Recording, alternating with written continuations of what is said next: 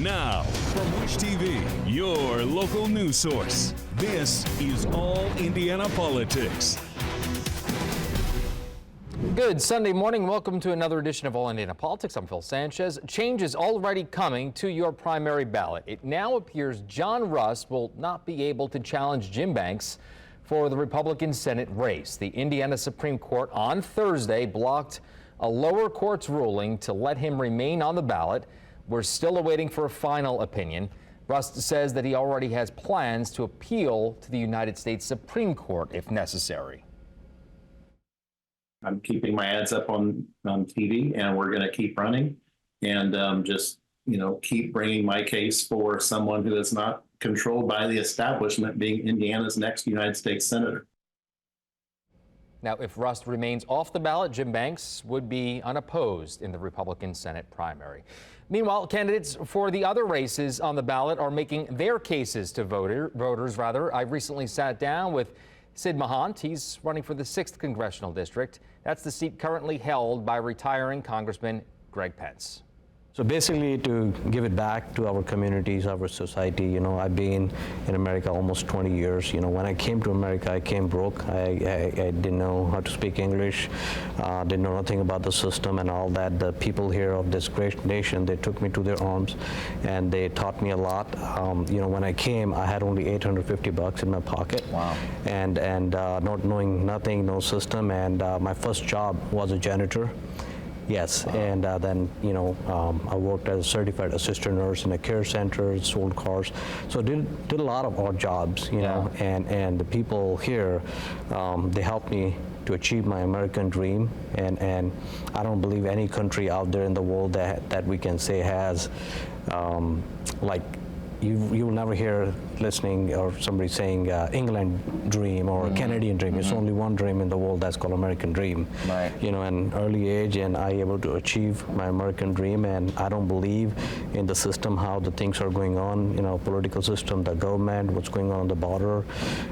So I thought, it's time for me to give it back to the community, to the society, the people of this great nation. I believe the American dream is slipping through the fingers, and it's my duty to give it to the next generation. Okay, so expand upon what you disagree with what's going on right now, and how do you plan to change it?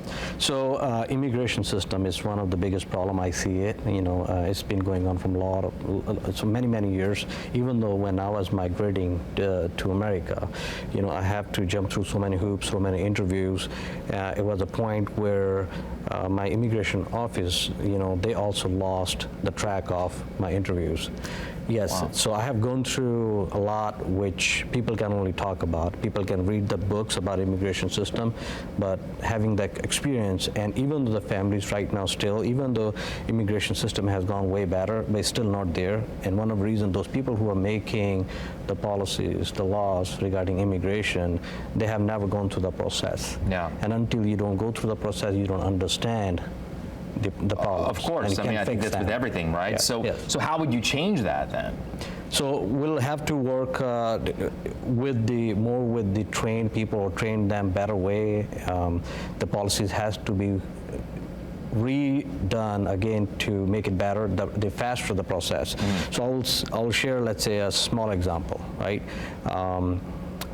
In India, and I'll talk from my experience. So India is basically an IT, hub for the world, right? Sure. All the engineers, they go all over the world, and they serve, as well as the doctors.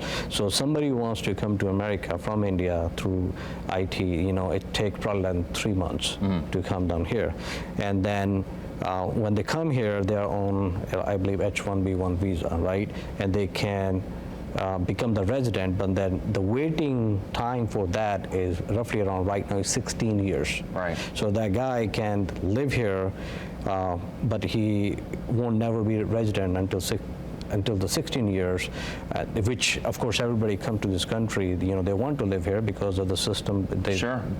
the comfort of the life, the safety of the life, as compared to a lot of countries out there. So, knowing and having that knowledge, sharing that would make a big difference. Okay, so you want to expedite that a little bit. That one is one of the biggest one, because as you see what's going on the border, right now, so the borders, people just coming down, that need to be fixed. at the point, because like in the past, what was going on, we have in Mexico, we were working with the government there. The people who wanted to come on this side and get the asylum or any other reason they want to cross the border, they will apply the cases on the other side of the border, right. And whosoever will qualify will come on this side, and then get the residence here. It's not going on that right now. What else is important to you? Transportation infrastructure, and I talk about, Indiana, and I talk about my District 6. The roads are pretty bad right now, and the bridges are going bad too. Indianapolis is very popular about potholes. Mm-hmm. So the part of the Indianapolis, the District 6 is also Indianapolis, mm-hmm. right? And which, if you drive down there, you'll see is pretty bad. And infrastructure leads to the better economy. Right. So it's fixing those problems, getting better grants, and making sure the grants are going to the right place. So the things has been taken care of. You talked about how you came here 20 years ago, around 20 years ago, right? Yes. What is it about the Republican Party that you align yourself with that made you become part of the GOP and then also run for Republican office? So, when I came to America, that was at Washington State. It was all about Democrat and how the Democrats do the things, and they're better for the immigrants. Mm-hmm. And I started watching. I wasn't involved because I didn't have no political circle, no friends in that. And so either you are in, that's how you learn it in the system, or you stand on the side and really study about it. And when I start seeing from a side, side of the road, and I start seeing both the parties, that one party only cry about, okay, they put the immigration, that's the most of their vote bank, they gain it. But then we have another party, they really say, okay, we want to bring the communities together, which I believe Republican Party really does it well. And they have the policies which are proven. They when Trump was in administration as compared to Biden now, we don't even have to ask any question. We already know what situation was back in days to now. All right, coming up, another candidate explains why he should be the choice for North Central Indiana. Welcome back. Max Engling is one of 10 Republicans who filed to succeed Congresswoman Victoria Spartz before Spartz reversed course and entered the race. He tells me the Republican Party needs someone with fresh ideas who is willing to actually get to work. I'm a Christian first and foremost. I'm also a husband and a father and a conservative. And so to me, that guides a lot of what I do. But I see so many urgent challenges right now that are facing us that we need somebody who is conservative, but can get to work on that right away. And that's where a lot of the background that I have, both here in Indiana and in Washington, is going to serve me well to do this immediately. What are some of those issues? Sure. So when I go around the district, I've talked to a lot of folks. And one of the biggest things I see is the cost of living. So I talked to a young lady actually maybe a month ago. And she said she's in school full time, she's paying for her own tuition at school, and she's working to support her mother who needs help because everything is so much more expensive now. Yeah. And so we really need to, that's one of the biggest things I see that we need to focus on. But also there's immigration, there's the debt, there's all kinds of challenges that are very urgent right now. How do you attack them? It's a lot. How do you do it? How do you change it? So one of the biggest things is that you really need to build coalitions. You need to say, how do I work together with other Republicans to actually accomplish the things that a lot of conservative Republicans talk about? And I'm tired of just talking and losing on the issues. I want to get out there and say, how do we win?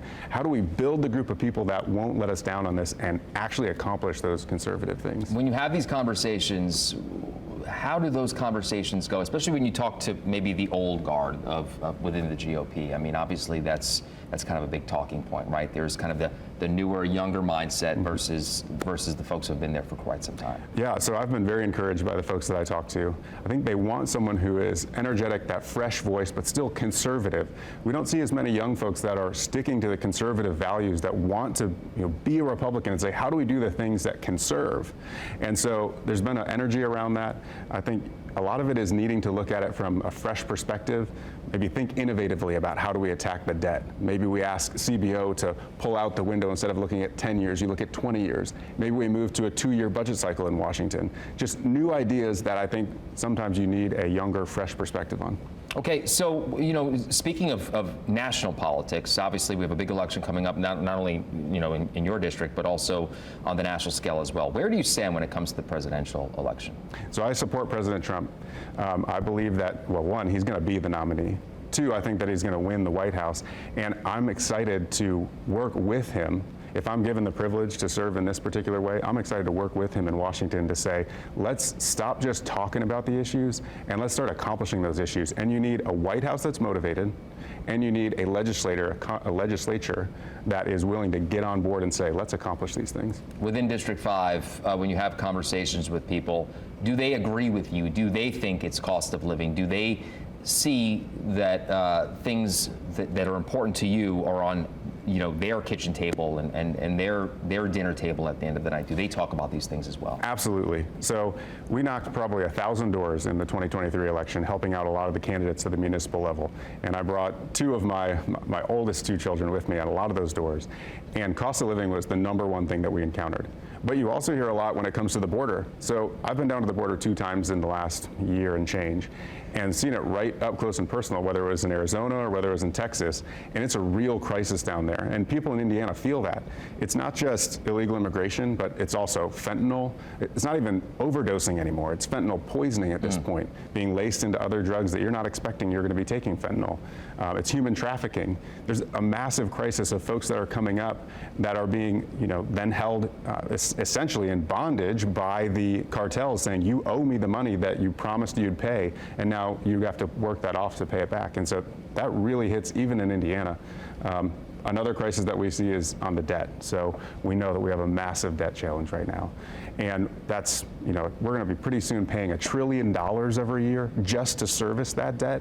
And that affects real people, real Americans, real Hoosiers here in Indiana and in the 5th District, when we could be spending that money on other things. So we absolutely see that at the doors as we're talking to folks in the district. Are you willing to work across party lines? Yeah, I think you have to on a lot of these issues. Let me give you one example. So when you look at Social Security, so we have to preserve Social Security. And it's a hard challenge. So there are 2 members of the House right now, Congressman Cole and Congressman LaTurner, that have a piece of legislation that says you put a group of bipartisan members into a room for however long that is. I believe the number is 180 days, but it's something along those lines. And they have to put forward a solution that then gets an up or down vote on the House and Senate floor. And so big issues like that have to be solved with both sides coming to the table. But as you know, and as you've seen in Washington, so many of our problems are just even the Republican Party not being able to figure out where they are. Right. So we really have to make sure that we are doing the conservative things we talk about, but using and having the whole party come along with that. Okay, so obviously you have a big family. How do they feel about you maybe jumping into this? Yeah, I know you worked in D.C., and this is not strange to you, but still, I mean, it's a big-time job. Yeah. We are very blessed. So we have 4 kids, 7, 6, 4, and 10 months. And you're right, it is a big job, but we have built that family inside of the pressure of Washington already. And so we know what that feels like. Now we're just pivoting where we're taking that and how we're staying busy. And we're excited for the opportunity to say, let's make this district, let's make the state of Indiana, let's make the country better for those 4 children, for my 4 children, for the children and the families and the Hoosiers in the 5th District. That's so much of what drives me, that they understand and they're excited for this run. All right, coming up, Indiana's best political team takes on legal challenges that candidates face here at home and across the country. All right, welcome back to All Indiana Politics as we welcome in 2 members of Indiana's best political team, Democrat Dana Black and Republican Whitley Yates. Good to see you both. Let's begin with the Indiana Supreme Court's order on John Rust. Whitley, if this holds, it hands the Republican nomination to Jim Banks. So how likely is it that the state or the U.S. Supreme Court will end up siding with Rust after all? I don't think that there's too great of a chance for them to do that. I think that the voluntary association and the fact that each party has decided who can associate with them and what that looks like will be upheld. So I have absolutely no doubt that Jim Banks is going to be our Senate candidate. Dana, if Rust is kicked off the ballot, does that help or hurt Democrats going into November, either in the terms of voter engagement or maybe something they can point to in ads? Well, first, I got to tell you, we're going to kick the show off with me agreeing with Whitley. I like the rules the way they are, and I'm comfortable with the idea that if you haven't been voting the right way, then no, you don't get to be on the ballot. So I'm very comfortable with that. Honestly, if anything, it may help us to only have Jim Banks. Listen, we know it's a tough race. It's not like I'm anticipating us being able to blow this thing away, but Jim Banks is not a very likable guy. And so there are a lot of Democrats who may get motivated by some of his, anti-body autonomy statements and things like that. So it may motivate Democrats to get out and vote against him in November. Okay, well, we'll see what happens there. And I do like the fact that you guys agreed on something. So that was a nice way to kick it off. Hey, speaking of court challenges, former President Donald Trump's hush money trial now set to begin on March 25th. Dana, how does this affect Biden's election strategy, especially if the trial does not go forward as scheduled? It doesn't. It doesn't. Look, this is a guy who has been found guilty of fraud. He's a fraudulent human being. People still support him. But this doesn't deter anything that the Biden campaign is going to talk about, because they're talking about the things that they've accomplished, like the infrastructure plan. We have enough stuff to talk about without worrying about his hush money and the way his character is flawed. Okay, so Whitley, the trial will begin after Super Tuesday if it goes ahead as scheduled. Does that potentially give Nikki Haley a window to make up some ground here? I don't think she has a window, a pot, a home, a wall at this point. I think if she's resting on Trump not being on the ballot, then she probably gets no sleep. I think it is very clear and has been made very clear that Trump will be the Republican nominee. I don't expect any surprises on Super Tuesday. And so her kind of resting on that at this point in time doesn't look very good. We'll see what happens in the Republican primary in South Carolina next week.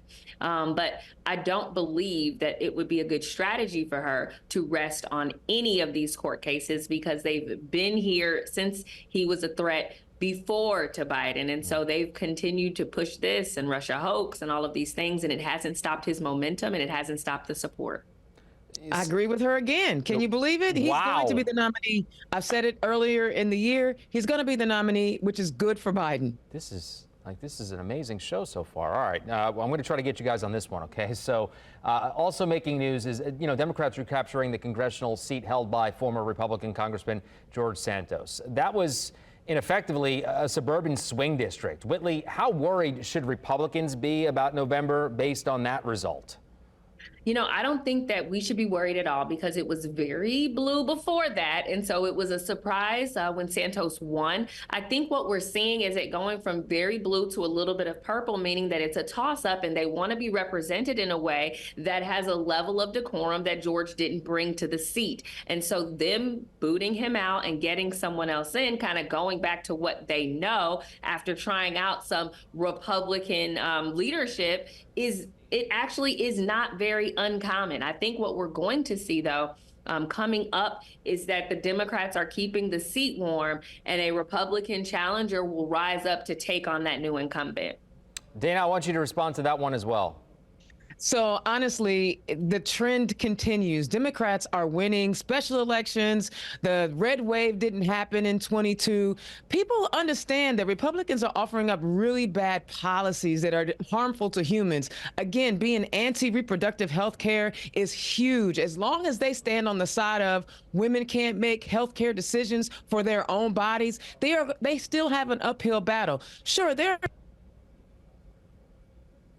but people are speaking in droves. Republicans have not won the popular vote in a long time. And the trend continues. They have bad policies. They can't govern. They had a bill to shore up the border. And then they said, oh, nope, the orange guy doesn't want us to do it, so we're not going to do it. They can't govern. Whitley is in disagreement with you. Go ahead. Close us out here, Whitley. Go ahead, respond.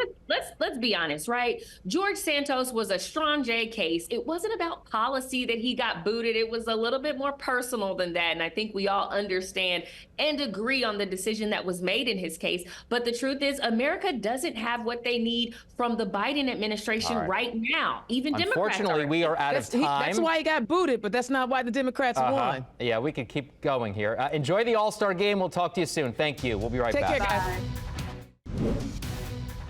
All right, thank you for joining us for All Indiana Politics this week. We'll be back here next Sunday morning at 9:30. You can also find our brand new All Indiana Politics podcast. It's part of the All Indiana Podcast Network over at wishtv.com. Enjoy the NBA All-Star Game and have a great rest of your weekend.